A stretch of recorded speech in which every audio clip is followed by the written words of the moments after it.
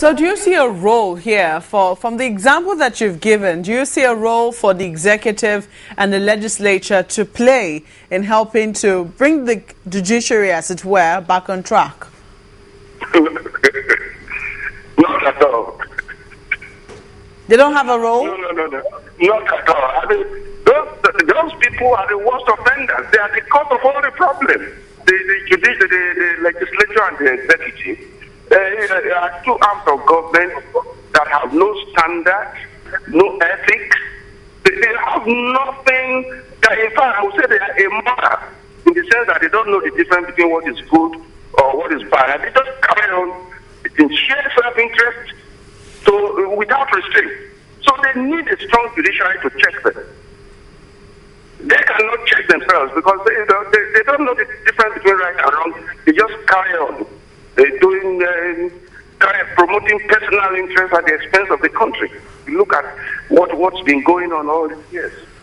But is that a realistic expectation? I mean, if we say that the legislature and the executive are both, so thoroughly inept at what they do and don't know their right from their left, people say that the judiciary exists in a society and it's a product also of the society that it is found. If they have no role to play, is it possible that the judiciary can self-cleanse itself, as it were? It's not always been like this. In the 70s, 80s, and early 90s, we heard about the best judiciary in the world. And that's the era we used to call the golden age, particularly of the Supreme Court. That was when cases like the government of Lagos State and Ojukwu was decided, where the Supreme Court said the rule of law prevails over all arms of government, even over military government. And so the question of being part of society did not arise. They were exceptional. And we really expect people in the judiciary to be exceptional, because you are trained as a lawyer and you are appointed to do a job which only lawyers can do, with a long background and history of rectitude, ethics, and honor and integrity, dating from the British, who instituted our own system. We have a culture. What has happened is that judicial culture has been destroyed by money in the last 10 years or so.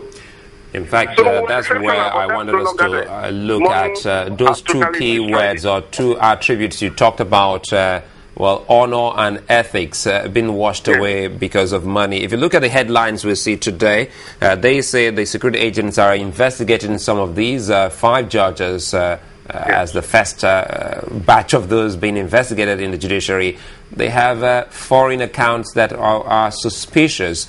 What could you possibly say is responsible for this sudden, should I say, talk about money and judiciary? Once upon a time, people say judges were just honorable, as you rightly put it, but now it's all about money for some, while we still have some others who are still very honorable. Yes, as I said, in the old days, in fact up to 10, 15 years ago, all these things would have been unthinkable. But particularly since the Fourth Republic came, and Nigeria became awash with petrodollars available to politicians, they have used that money to destroy our judiciary. They have raised the stakes so high that they have established that saying that everybody has his price. That's what has happened. To be a successful politician, then the world is at your feet, because the whole treasury of Nigeria is before you. You are dealing in millions of dollars, billions of naira. So they will do anything to buy that position, and they have successfully done it. And in the process, they have destroyed our judiciary, who unfortunately contain quite a number of characters who are weak and lack integrity.